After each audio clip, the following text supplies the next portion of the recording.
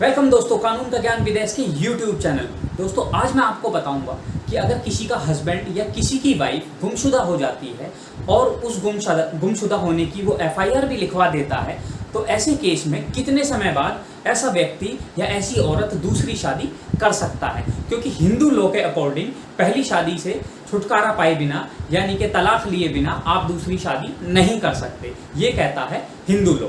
लेकिन ऐसी भी कंडीशंस हैं जिसमें दूसरी शादी आदमी या औरत कर सकता है। तो आज मैं आपको वही कंडीशन बताऊंगा कि किस कंडीशन पे सेकंड मैरिज आदमी कर सकता है। तो चलिए वीडियो स्टार्ट करते हैं, नजर डालते हैं आज के कंटेंट। तो टॉपिक का नाम है हमारे का सेकंड वैलिड मैरिज, यानी कि जो दूसरी शादी है अगर बिना तलाक लिए आदमी कर सकता है तो कब वो वैलिड होगी।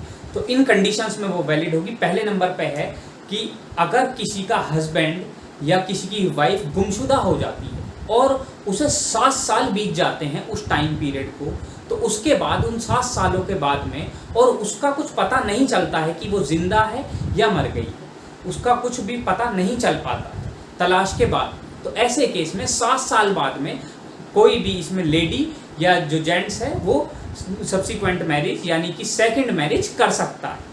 तो तभी उसके पास अधिकार है, जब तक 7 साल उसके पूरे नहीं हो जाते हैं गुमशुदा हुए हुए तब तक वो दूसरी शादी नहीं कर सकता है। तो 7 साल का जो टाइम पीरियड है इसमें मेन है। 7 साल से पहले आप दूसरी शादी अगर कर लेते हैं और अगर वाइफ या हस्बैंड वापस आके खड़ा हो जाता है सामने या कोर्ट में चला जाता है, तब आपके ऊपर बाइगेमी का केस लग सकता है। अब नेक्स्ट पॉइंट पर आ जाते हैं, आफ्टर स्पाउस डेथ, यानी कि अगर किसी की पति की या किसी की पत्नी की मृत्यु हो जाती है तब ऐसे केस में टाइम पीरियड नहीं लगता, तब वो दूसरी शादी कर सकता। क्योंकि दोस्तों समाज में आप लोगों ने भी देखा होगा कि अगर किसी की वाइफ मर जाती है और बच्चा छोटा होता है तो ऐसे केस में उसे दूसरी शादी करनी पड़ती है। तो स्पाउस की डेथ के बाद में अगर हस्बैंड या वाइफ में से किसी की डेथ हो जाती है तो सेकंड मैरिज कर सकता है, तब उसके खिलाफ कोई भी लीगल कार्रवाई नहीं होगी। थर्ड नंबर पे आ जाता है डिक्री बाय कोर्ट, यानी कि अगर कोर्ट के थ्रू डिक्री मिल गई है, मान लीजिए किसी ने डाइवोर्स का केस फाइल किया था और उस केस में उसे डिक्री मिल गई है, फेवर उनके जजमेंट जो है उसमें हो गया है कि आप दोनों आज से डाइवोर्स ही हैं, तो ऐसे केस में वो दूसरी मैरिज कर सकता है।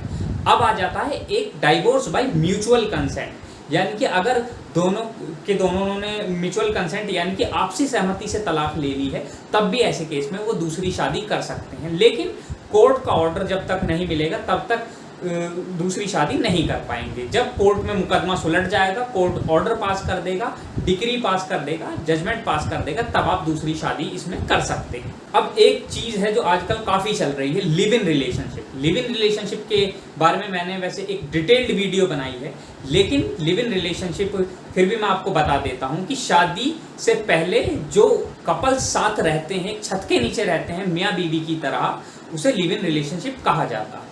तो लिव इन रिलेशनशिप में भी मैरिज जो है वो कर सकता है, क्योंकि दोस्तों लिव इन रिलेशनशिप को कोई लीगली मान्यता नहीं मिली हुई है, कोई ये रिश्ता नहीं कहलाता है।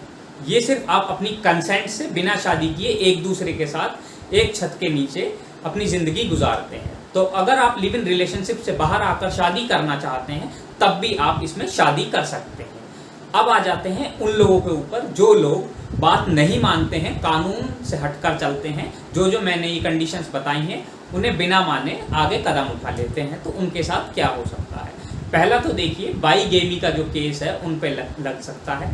दूसरी चीज आईपीसी की धारा 494 के तहत वो मियाँ और बीवी केस फाइल कर सकते हैं जो फर्स्ट मैरिज से हो, यानी कि जो उसका फर्स्ट हस्बैंड या वाइफ है वो 494 की धारा का केस आईपीसी का उस पर फाइल कर सकती है, जिसमें कि 7 साल तक की सज़ा हो सकती है। आपको 7 साल तक के लिए लटकाया जा सकता है।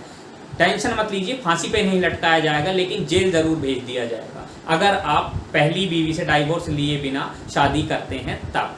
दूसरा 495 धारा आईपीसी की धारा 495 कहती है दोस्तों, अगर कोई आदमी शादी करता है, ये आदमी और औरत दोनों के लिए ही लगती हैं दोनों धाराएं, अगर कोई व्यक्ति शादी करता है और जो सेकंड वाइफ है उसे नहीं बताता कि वो पहले से शादीशुदा है, सब्सिक्वेंट वाइफ से छुपाता है, तब सब्सिक्वेंट वाइफ के पास में अधिकार रह जाता है धारा 495 का केस उसके ऊपर करने का, जिसमें 10 साल तक की सजा हो सकती है। तो इसलिए दोस्तों संभल के चलिए, एक ही शादी से खुश रहिए, दूसरे के चक्कर में ना पड़िए, वरना खामखा 10-12 साल के लिए आप अंदर चले जाएंगे और ऐसे टाइम में कोरोना चल रहा है, बेल भी मिलनी मुश्किल हो जाएगी। तो दोस्तों ये थी आज की वीडियो। आशा करता हूँ वीडियो आप लोगों को अच्छी लगी होगी, तो इसलिए एक सीख ज़रूर देता जाऊँगा दोस्तों कि जो फर्स्ट हस्बैंड या वाइफ हैं उन्हीं के साथ खुश रहिए। बाहर डोरे मत डालिए, बाहर पे की चीज़ पे नज़र मत रखिए, वरना जेल काटनी आपको पड़ जाए। और जाते जाते दोस्तों वीडियो को लाइक करें, शेयर करें और चैनल को सब्सक्राइब ज़रूर कर दें, जिससे कि ऐसे ही नॉलेज वाली वीडियो आप लोगों को कंटिन्यू मिलती रहे और आप लोग जेल जाने से भी बचते रहें। Thank you.